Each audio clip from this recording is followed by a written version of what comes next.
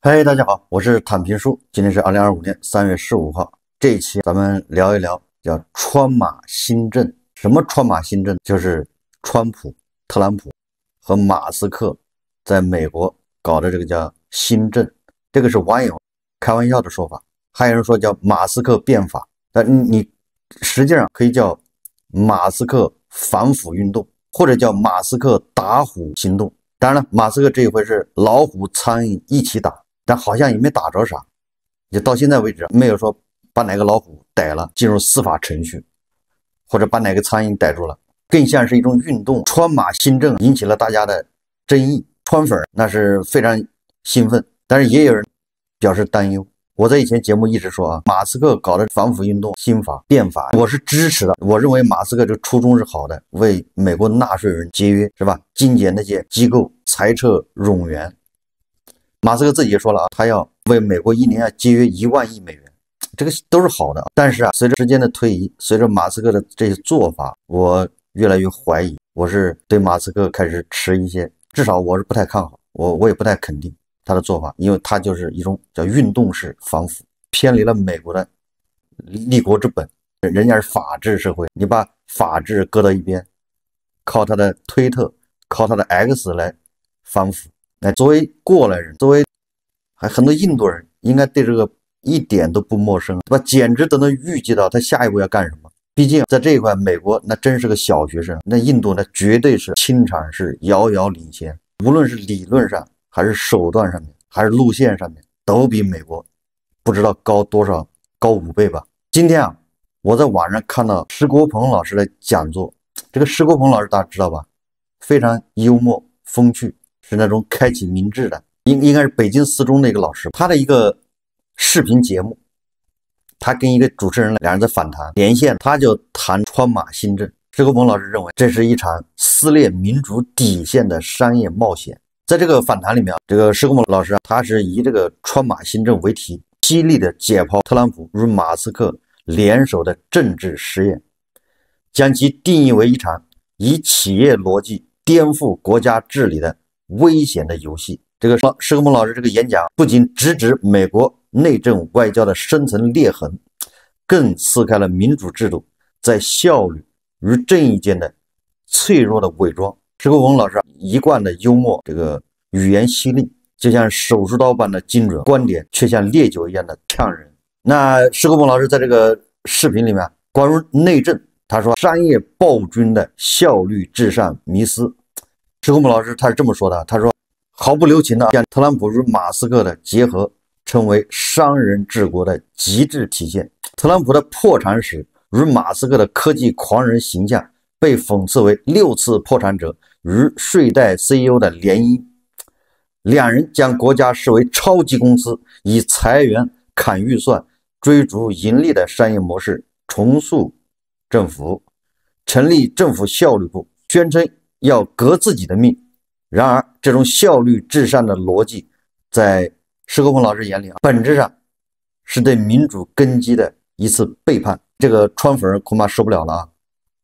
到这儿要吐血了吧？反正我1个月前就说了，川粉最好不要看。给那个，我以前跟黄娥也说，不要来看我这频道，看多了对身体不好。石国鹏老师说，政府不是企业，盈利绝非其使命。当马斯克带着接管推特的霸道手段闯入政治，用税贷精神碾压官僚体系时，民主制度赖以生存的制衡与分权被粗暴的践踏。石国鹏老师警告，他说，这种私人资本接管公共权力的模式，实则是精英暴政的复活。若以政府以盈利为目标，公民权利将沦为财务报表上的成本项，自由与平等博弈彻底失焦。更危险的是川普政府以修正白左过度平等为名，将政策极端右摆。石国鹏老师承认民主党在性别、移民等问题上的政治正确狂欢已近乎荒谬。也就是说，石国鹏老师认为民主党极左的路线也不对，尤其在某些事物上面，那更是叫过头了。这我想很多中国人还是比较理解石国鹏老师这个观点的，就是中国人他也接受不了这种还第3个性别，中国人本质上还是也不能接受那个叫变性啊，这主流观点。但是啊，石国鹏老师他说啊，右翼的反动同样致命，从白左的圣母病到右翼的效率癌，无非是两种基因暴政的轮替。在我看来，这就是钟摆。其实我在以前节目说过了，他就是美国啊，往左摆过了头，那他就往右摆，他一定也会摆过头，摆到右边，他就再开始往左摆，来回这么摆。如果这个钟摆只要不超过它的幅度，其实也是可以理解，它是个规律。但是你要往左或者往右都摆过头了，那恐怕就要出事。石国鹏老师认为这是白左的圣母病和这个右翼的效率癌，这也是两种基因暴政的轮替。这种非左即右的撕裂，暴露了美国政治已陷入过犹不及的死循环。这是内政。那在外交这块，背弃道义的商人式撤退。石国鹏老师将特朗普的外交政策称为史上最丢脸的退堂鼓。他痛斥美国对乌克兰的背弃，不仅是战略短视，更是道义的破产。布达佩斯备忘录白纸黑字，美国亲手签下的承诺，如今却成了擦屁股的废纸，也成了历史文件。所以以后大家是谁也别笑话谁。美国人他也干这事啊。特朗普关停海马斯导弹的导航，羞辱泽连斯基，叫嚣24小时结束战争，但是他也不说从哪天开始算起。特朗普这一招从哪儿学的，我也不敢肯定。咱不能老说这个清场日遥遥领先，一说这个还都是跟我们学的，这不太合适。但是啊，普京跟谁学的，我可以肯定，普京是跟特朗普学的。你特朗普说24小时停火，你不说哪一天开始，反正24小时停火，那我这个和平倡议，这个不是要停火30天吗？我也同意，但是啊，我也不说从哪天开始。你看，反正我是跟你特朗普学，以彼之道啊，还彼之身，是这意思吧？你特朗普说24小时停火，你不说从哪天开始停火，那我也同意停火30天，但是我也不说从哪天开始，你就等着。当然，特朗普的这些做法，在石国鹏老师看来啊，这些无异于给侵略者递刀。石国鹏老师对泽连斯基毫不掩饰的这种敬意，称其从喜剧演员蜕变为钢铁硬汉，是2022年最伟大的政治觉醒。这我也觉得泽连斯基是这3年肉眼可见的，在越来越成为一个成熟的政治家。从加特老师说的，对吧？泽连斯基不敢看普京的眼睛，到现在你看泽连斯基舌战美国的，对吧？万寿无疆和永远健康，不仅敢看他眼睛，还敢跟他顶嘴。石国鹏老师认为，川普的粗俗无礼，比如说在白宫里面质问为何不穿西装，说这个就是黑社会式的霸凌。更讽刺的是啊，说美国一面高喊再次伟大，一面将世界警察的职责甩锅欧洲。石国鹏直指他说啊，这是就是既要又要，叫既要霸权的红利，又不愿意付保护费，什么流氓逻辑啊！若美国甘当丛林恶霸，就别怪世界将其踢出文明俱乐部。关于俄乌战争，石国鹏老师那立场就更鲜明，让乌克兰投降等于纵容侵略，叫寸土在敌手，言和即汉奸。石国鹏老师他援引中国的抗日战争的悲壮，警告国际社会，如果放任强权逻辑复活，将重演亡天下的悲剧。我一再说，天下兴亡，匹夫有责。亡天下，这个天下指的是道义，指的是文明，不是政权。川普对普京的暧昧，被石国鹏老师定义为间接战犯嫌疑，对吧？虽然这说的也比较激进吧，但是确实石国鹏老师也直指西方这个绥靖主义的伪善面具，天天喊着和平，这种和平实在是在制造一场更大的杀戮。你现在是你让乌克兰以领土换和平，似乎战事停了，人们不再流血，特朗普说的那些漂亮的年轻人不再死去，但这个都是假象。这种和平是一种妄象，它是虚假的和平，它要不了3年，侵略者会再次悍然发动战争，因为他已经从中获得了好处，得到了奖励，得到了鼓励。你们文明世界不能拿我怎么样。我只要把核按钮拿出来盘一盘，你们都得带上大号尿不湿。这个利好大国的某些上市公司，施国鹏老师讲的是民主的困境，说关于民主第一效是特权还是枷锁，他对民主制度的剖析就更辛辣。他引用丘吉尔名言说，民主是最不坏的制度，但是第一效恰是民主的护身符。说三权分立、代议制、地方分权，这些拖慢决策的设计本身就是为了防止权力集中后的暴政，而川马新政府的新政呢，高效改革实则是以商业独裁取代政治制衡，最终将民主推向高效暴政的悬崖，那不就是走希特勒的路线吗？施国鹏老师讽刺马斯克的第一性原理，他是在政治场域纯属谬误。他说企业追求利润天经地义，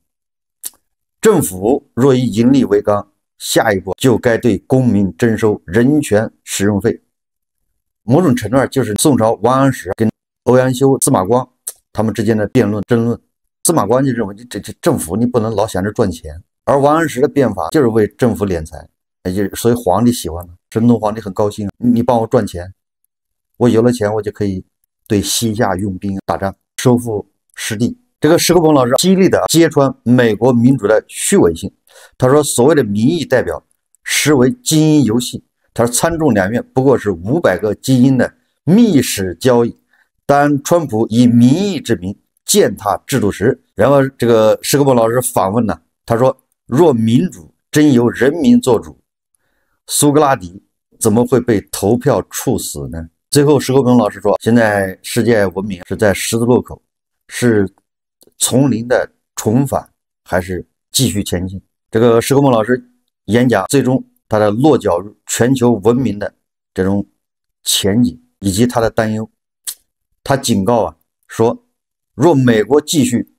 沉溺于商人治国的短视狂欢，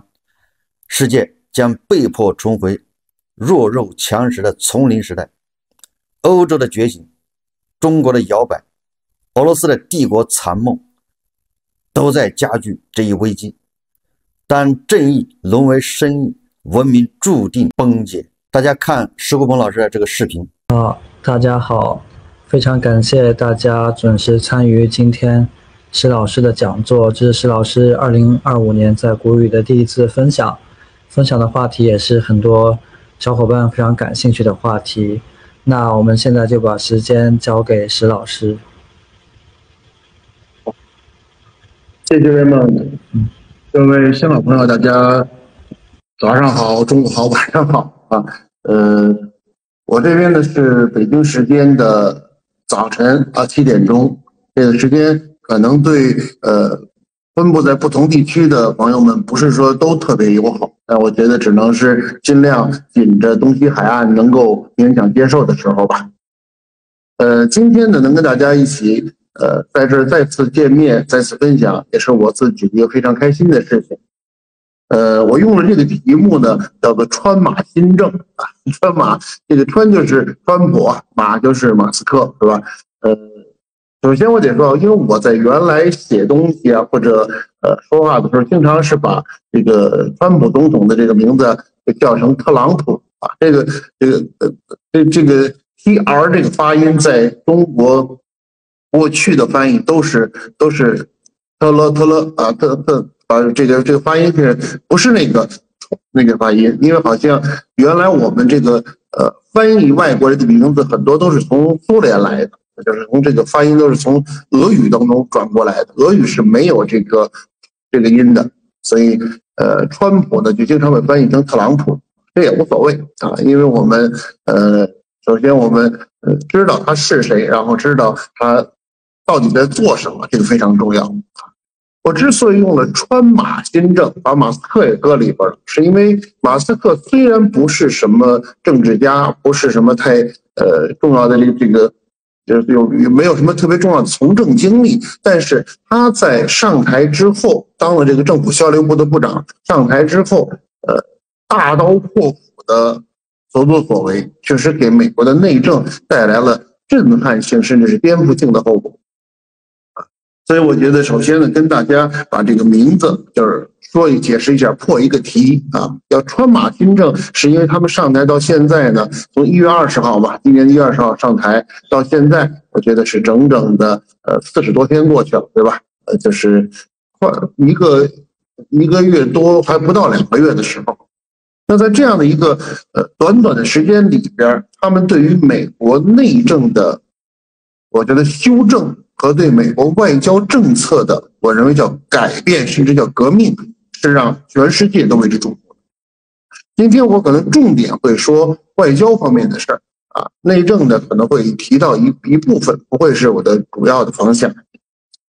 首先，大家可以看到，从内政的角度来讲，这个政府效率部，这个 DOGE 是吧 ？DOGE 啊，它是一个非常非常有特殊使命的这么一个机构啊，它本身就是为了革自己的命而诞生的。所以你首先看它的负责人，据说是马斯克和另外一个这个亿万富翁，然后他带着一帮极为年轻的高新技术人才，在美国政府已经非常成熟的体系架构内部进行了一场革命式的改革。马斯克基本上就是拿出他接管这个 Twitter， 把它改名为 X 之后的那个架势啊，带着睡袋，直接在这个办公室里边睡觉，把自己这个就是应该说是工作狂魔的这个身份，这个特点展现的淋漓尽致。大家如果仔细研究他去这个 Twitter 接管 Twitter 以后的做法，您就可以看到，如出一辙。那么是有一种说法，我觉得有点意思，就是川普本身他就是一个商人，虽然有6次近乎于破产的经历，但他毕竟还是一个 billionaire。对吧？他还是总体还是非常成功的商人，而马斯克呢，那当然毫无疑问是在商业领域，在这个创新领域，在企业家精神方面，甚至在科技方面，都应该说是一个了不起的人物啊，应该是改变人类历史命运的这么一个人物。这2个人的结合以后，他们基本上是把美国，甚至把全世界看成了他们自己的公司。用运营公司的方法，用商业的非常长，将近100分钟，所以我这儿只能放中间的一小段。如果大家想看完整版的，过几天我会在另外一个号上面会把它整个的传上来，大家可以感兴趣可以去看。石国峰老师对这个所谓的川马新政给他定了个性，说这不是让美国再次伟大，而是让世界再次野蛮。那对我们观众来说，对我们网友来说，也提出了一个问题，大家要直面，我们究竟是要一个效率至上的商业帝国，还是容得下低效争吵的文明社会，对吧？这个选择，这个答案或许决定人类未来的生死啊。石国峰老师他的言语一如既往的诙谐犀利，剥下了川马新政的华丽的外衣。一个受益于全球化的马斯克，他居然跟特朗普反全球化合二为一，这个非常有意思啊！但是最近马斯克遇到了越来越多的困难。他在接受记者采访的时候，有心理学家分析说，马斯克实际上就在崩溃的边缘，就是他要哭，但是强忍。马斯克甚至说，是因为乌克兰，所以人们都恨马斯克。我觉得他说对了，不是乌克兰导致人家恨马斯克，而是马斯克对乌克兰的态度。马斯克对乌克兰的态度比胡锡进还恶劣。但是马斯克现在似乎遇到的问题是越来越大，这么下去很有可能要破产。什么首富恐怕也是眼见他起高楼，眼见他宴宾客，眼见他楼塌了。美国媒体报道说，美国电动汽车生产商特斯拉公司日前致信美国贸易代表办公室，警告美国政府的高额关税政策可能使特斯拉沦为针对美国报复性关税的目标。特斯拉在信中说，过高的关税将推高美国必要进口商品的成本，贸易争端还将面临报复性措施，造成美国出口电动汽车的关税增加，美国出口商必须受到不成比例的影响。特斯拉认为，即使积极推进供应链本地化，某些零部件在美国境内采购仍然困难或不可能。你看看这回旋镖立马就扎到了马斯克自己身上。好，这期节目我们就聊到这里，感谢大家收看。如果喜欢我的节目，欢迎订阅转发，也可以在下方留言评论，谢谢大家。